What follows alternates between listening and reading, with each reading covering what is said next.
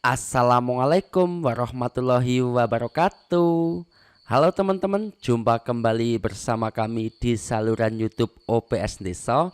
Dan di video kali ini kami masih akan memberikan pembahasan soal UKPPG atau soal PPG Piloting 2024 ya. Ini lanjutan dari video kami sebelumnya. Di video sebelumnya kami sudah memberikan sekitar 10 atau 11 pembahasan soal yang mirip dengan FR asli soal PPG Piloting 2024. Nah, kita akan lanjutkan, namun sebelum dilanjutkan ke soal pembahasan, silahkan teman-teman bagi yang belum subscribe, silahkan di subscribe saluran OPS Desa. Dan silahkan di-share video-video dari kami kepada teman-teman yang lain agar mereka juga bisa ada gambaran terkait dengan soal PPG Piloting 2024. Dengan teman-teman meng-share, maka setidaknya jika teman-teman yang lain lulus, maka juga bisa membantu teman-teman yang lain agar bisa sertifikasi di tahun 2025 ya. Amin, amin, Allahumma amin. Oke teman-teman, kita langsung saja ke pembahasan soal yang sudah kami rangkum atau lanjutan dari soal sebelumnya. Oke, kita langsung saja ke contoh soalnya. Soal nomor 1. Soal nomor 1 ini saya ambil dari soal tryout di PMM ya teman-teman. Karena soal ini juga beberapa kali kata teman saya itu keluar seperti itu. Soal yang pertama, seorang guru menyadari bahwa beberapa peserta didik di kelasnya mengalami kesulitan dalam memahami materi pelajaran dan kurang berpartisipasi aktif dalam pembelajaran. Guru tersebut ingin meningkatkan interaksi aktif dan empati dalam kelas untuk memastikan pembelajaran yang berpusat pada peserta didik. Tindakan yang harus diambil jika menjadi guru tersebut adalah yang A. Memberikan tugas kelompok yang mendorong kolaborasi antar peserta didik sambil aktif berkeliling kelas untuk memberikan bantuan dan dorongan saat diperlukan. B. Memberikan kuis singkat di awal setiap pelajaran untuk mengecek pemahaman peserta didik, namun tetap fokus pada metode pengajaran tradisional. Di sini ada kata-kata pengajaran tradisional ya, jadi ini kurang sesuai. Pengajaran tradisional sekarang sudah tidak berlaku lagi kalau ingin melakukan pembelajaran yang berpusat pada peserta didik. Yang C. Menambahkan sesi tanya jawab di akhir setiap pelajaran, memberikan poin tambahan bagi peserta didik yang aktif bertanya atau menjawab pertanyaan.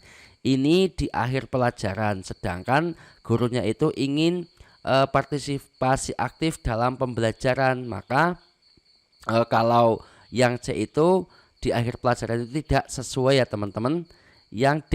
Mengatur waktu khusus di luar jam pelajaran untuk sesi bimbingan individu dengan peserta didik yang mengalami kesulitan, mendengarkan masalah mereka dan memberikan bantuan tambahan secara personal. Yang E. Menggunakan metode ceramah dengan memberikan contoh-contoh. Ini metode ceramah. Kalau metode ceramah itu tidak berpusat pada peserta didik, tetapi malah gurunya itu yang terlalu aktif. Jadi yang E juga tidak sesuai. Jadi jawaban yang paling sesuai kita lihat antara jawaban A dengan jawaban yang D. Nah, di sini ada kata-kata beberapa peserta didik. Kalau beberapa peserta didik, maka tentu saja yang paling sesuai jawabannya itu adalah yang D. Yang D di sini itu adalah mengatur waktu khusus di luar jam pelajaran karena beberapa peserta didik, terkecuali semua peserta didik tidak aktif baru menggunakan berbagai media, atau juga bisa ketika kelompok itu memberikan tugas kelompok agar peserta didik itu semuanya aktif. Namun karena di sini hanya beberapa, maka jawaban yang paling sesuai itu adalah yang D. Nomor 1 jawabannya adalah D. Oke, lanjut ke soal nomor 2.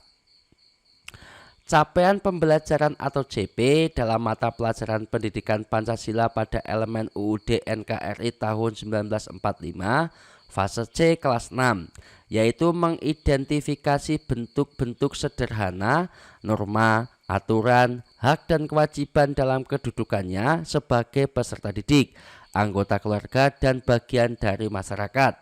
Berdasarkan capaian pembelajaran tersebut, tujuan pembelajaran yang paling tepat pada ranah afektif adalah Ini ada kata-kata ranah afektif. Ini juga soal keluar ketika saya ujian ya teman-teman.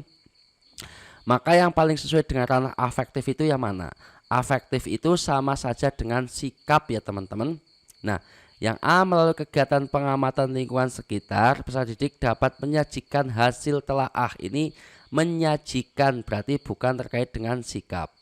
Melalui model value clarification, peserta didik dapat menunjukkan sikap disiplin dalam menerapkan norma yang berlaku. Nah, ini ada sikap, maka kita simpan dulu.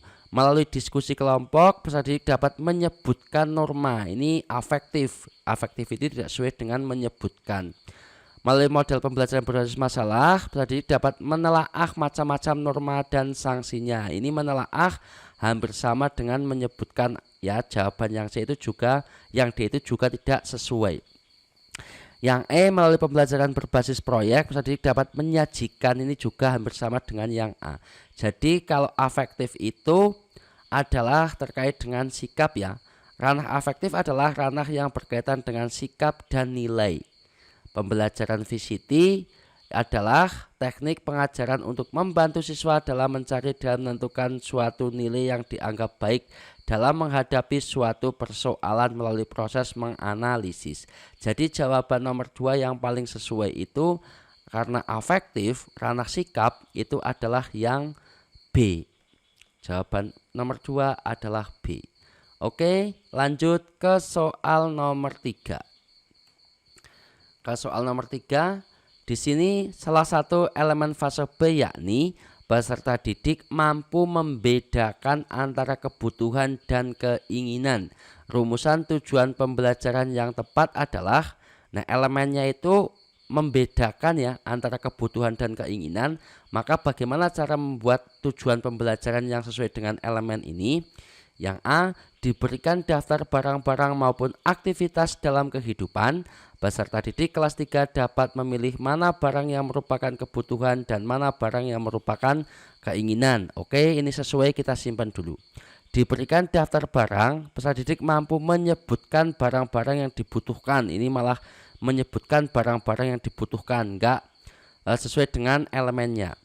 Diberikan lembar kerja, peserta didik mampu membuat pertanyaan-pertanyaan. Ini juga tidak pas dengan elemennya, karena elemennya itulah membedakan antara kebutuhan dan keinginan. Di sini enggak sesuai.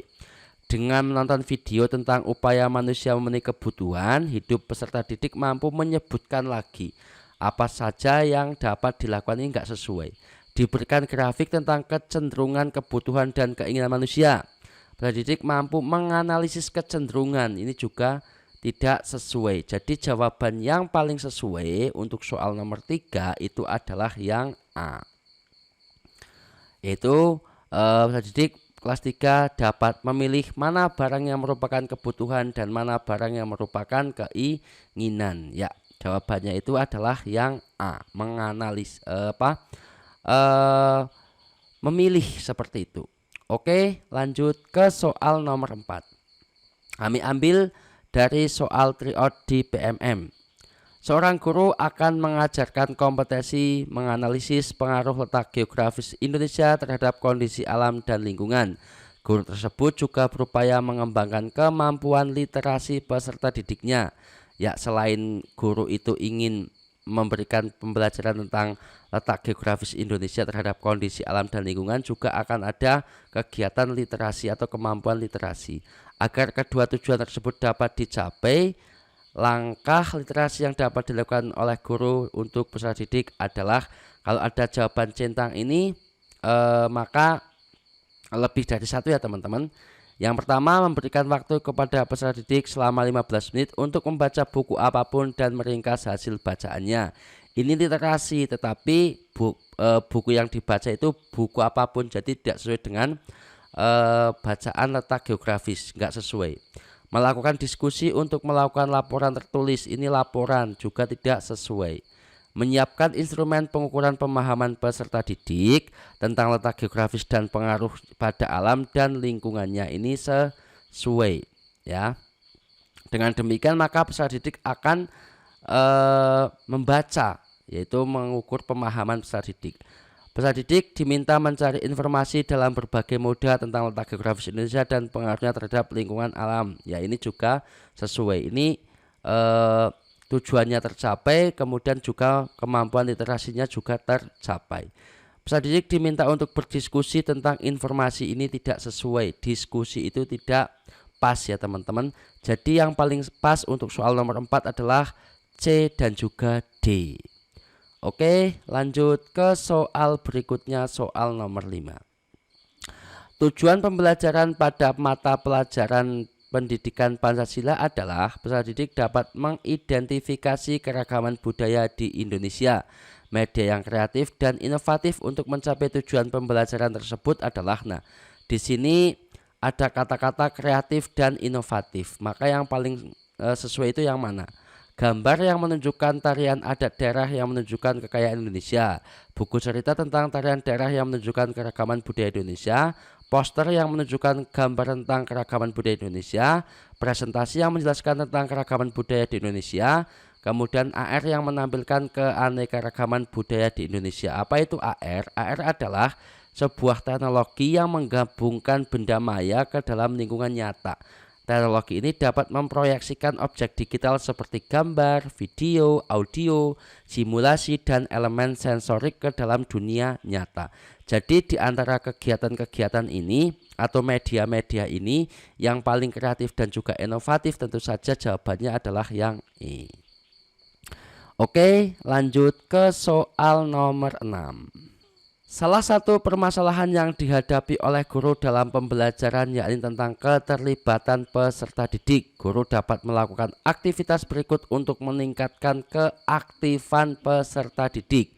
Yang pertama, peserta didik satu persatu diminta ke depan untuk menunjukkan objek pada peta.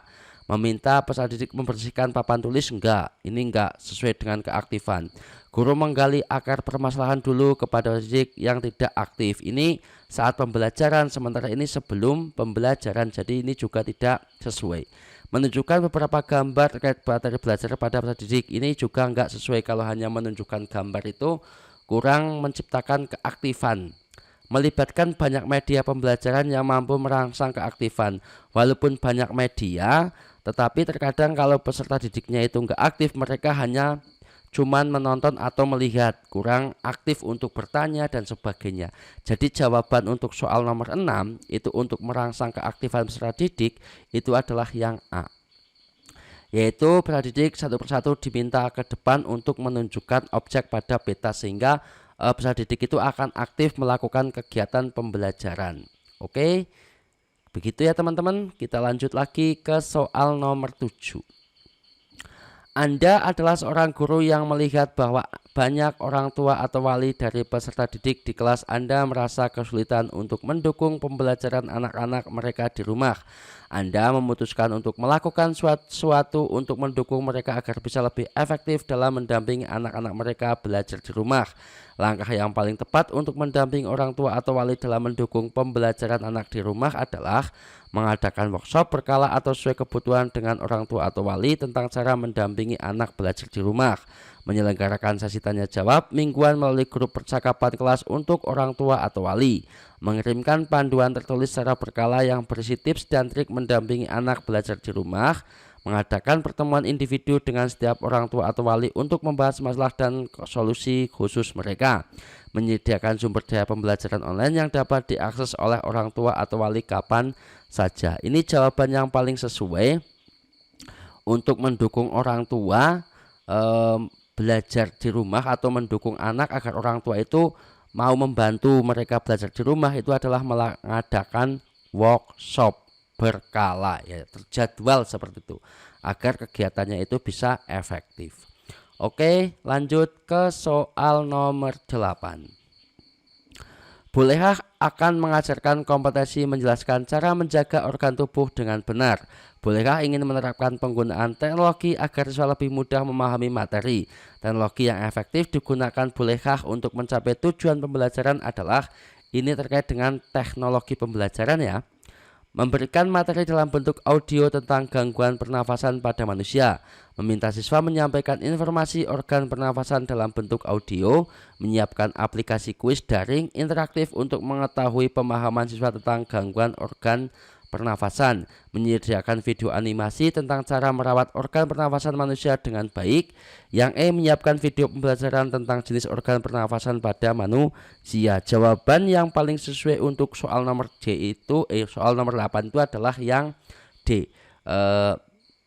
Media yang paling efektif itu adalah menyediakan video animasi. Kalau hanya memberikan materi, kemudian siswa menyampaikan informasi dalam bentuk audio, itu masih kurang efektif ya, masih kurang pas seperti itu.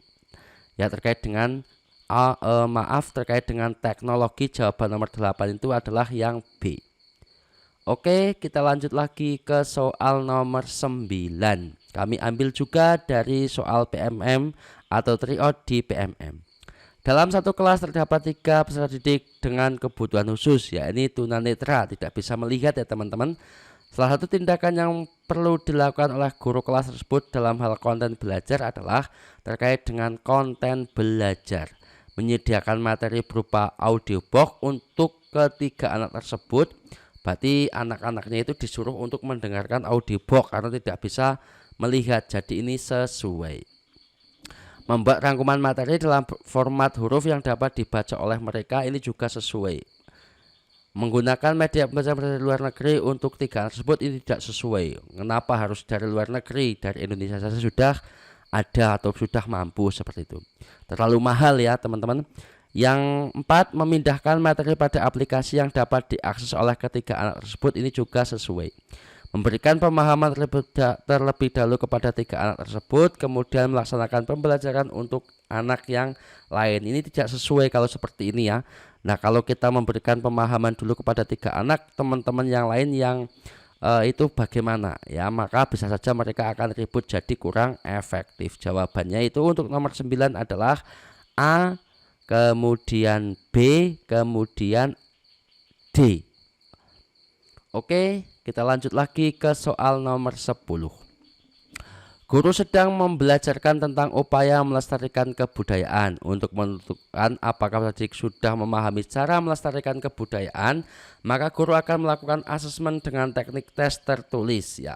Asesmennya itu adalah tes tertulis. Bentuk uraian pertanyaan yang tepat dibuat oleh guru, yakni jelaskan upaya apa saja untuk melestarikan kebudayaan, sebutkan cara apa yang tepat melestarikan kebudayaan, buatlah satu gagasan baik untuk melestarikan kebudayaan, apa saja cara yang dapat kamu lakukan untuk melestarikan kebudayaan, bagaimana kamu mengidentifikasi kebudayaan yang perlu dilestarikan.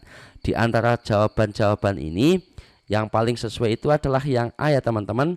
Dengan cara peserta didik itu menjelaskan upaya apa saja untuk melestarikan kebudayaan, maka mereka bisa memahami atau sesuai dengan upaya melestarikan kebudayaan. Seperti itu ya teman-teman. Jawaban nomor 10 itu adalah yang A.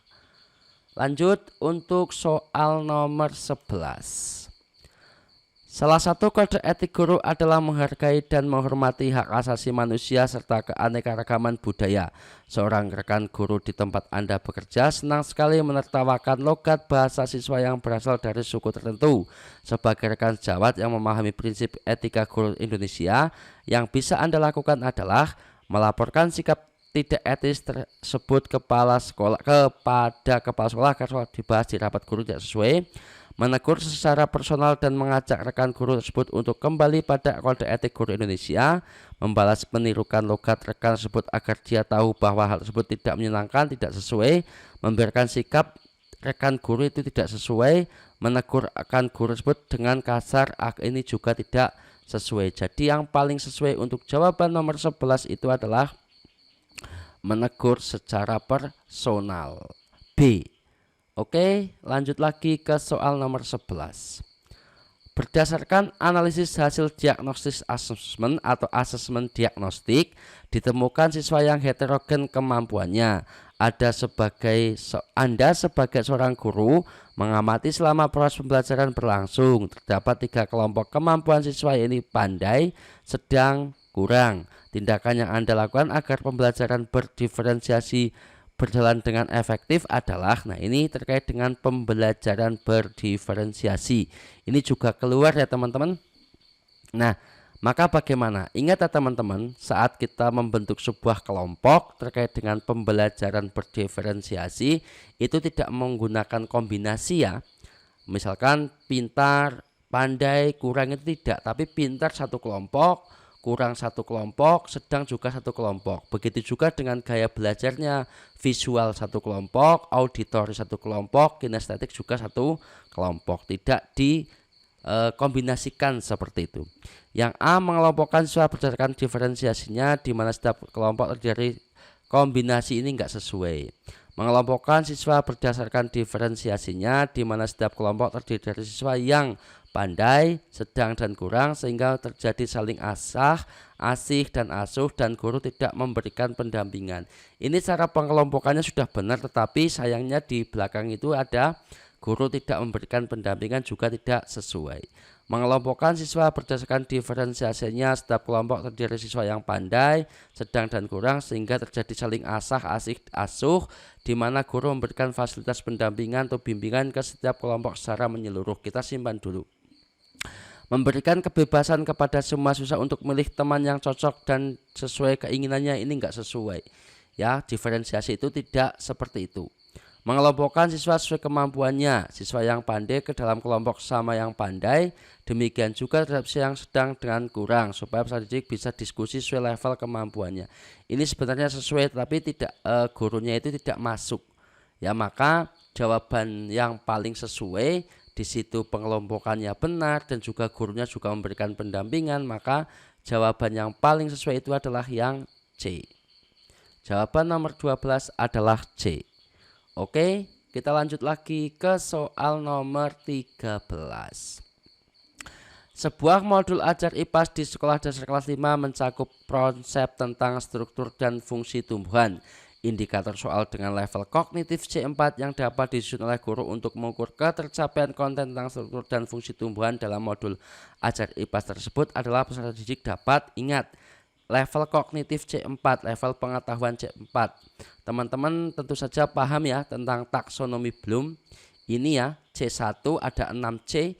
C1 itu mengingat, C2 memahami, C3 menerapkan, C4 menganalisis, C5 mengevaluasi, C6 menciptakan. Jadi tadi ditanyakan adalah C4, yaitu menganalisis. Mana jawaban yang paling sesuai? A. Menggambar tumbuhan, tidak. Menyebutkan nama-nama, ini juga tidak, karena C4 bukan menyebutkan. Menganalisis ini ketemu. Jadi jawabannya itu adalah yang C. Jadi Bapak Ibu pahami lagi tentang taksonomi Bloom terkait dengan C1 hingga C6. Oke, lanjut ke soal nomor berikutnya, yaitu nomor 14. Hasil dari asesmen diagnostik tentang gaya belajar peserta didik diperoleh kelompok peserta didik yang auditori dan kelompok peserta didik yang visual. Berarti ada auditori, ada visual, ada suara, ada gambar. Berdasarkan kondisi tersebut, maka rancangan konten pembelajaran yang sesuai yakni, nah ini juga terkait dengan pembelajaran berdiferensiasi ya. Maka yang paling sesuai itu yang mana untuk membentuk kelompok seperti ini. Guru menggunakan media pembelajaran berupa gambar yang relevan, gambar saja nggak sesuai. Guru membuat materi pelajaran berupa tautan yang berisi rekaman suara saja tidak sesuai karena juga ada visual. Mengutamakan materi belajar dalam format audiovisual, ini baru sesuai. Memilih media pembelajaran yang menggunakan teknologi seperti melibatkan aplikasi streaming video, ini sesuai. Streaming video itu ada gambar, ada suara. Menggunakan sumber belajar berupa video, bacaan, dan gambar yang relevan dengan tema. Ini ada video, ada bacaan, dan juga ada gambar, ini juga sesuai. Jadi 14 itu jawabannya itu adalah CDE. Oke, lanjut lagi ke pertanyaan berikutnya, yaitu nomor 15. Dalam menghadapi permasalahan motivasi belajar peserta didik level SD kelas 5, Bu Indah memutuskan untuk mengintegrasikan permainan tradisional dalam desain pembelajaran IPA materi rantai makanan. Kira-kira yang sesuai dengan permainan tradisional yang sesuai dengan mata pelajaran IPA materi rantai makanan itu yang mana?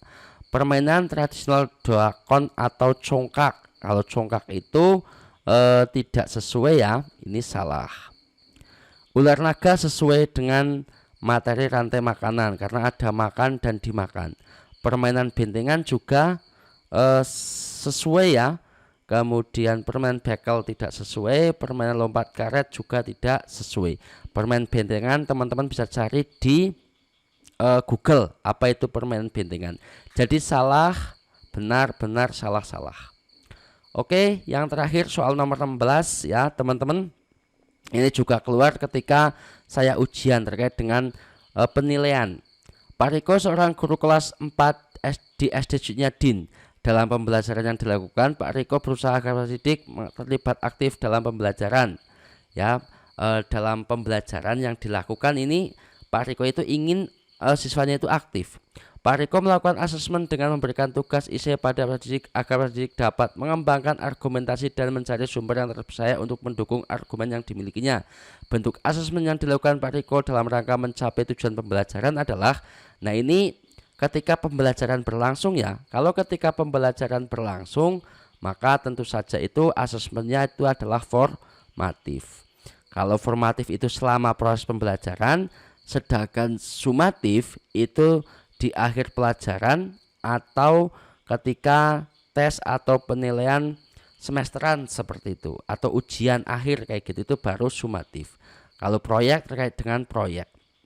Nah, itu ya teman-teman terkait dengan pembahasan soal lanjutan dari pembahasan soal di video kami sebelumnya. Terima kasih sudah menonton video ini. Semoga teman-teman yang menemukan channel ini dapat lulus semuanya, dan juga di tahun 2025 teman-teman juga dapat segera mendapatkan sertifikasi. Dan jangan lupa share video ini jika memang video ini dirasa bermanfaat, agar banyak teman-teman juga yang mengetahui banyak referensi ketika menghadapi ujian PPG Piloting 2024. Demikian yang dapat kami sampaikan atau berikan, semoga bermanfaat. Wassalamualaikum warahmatullahi wabarakatuh. Terima kasih.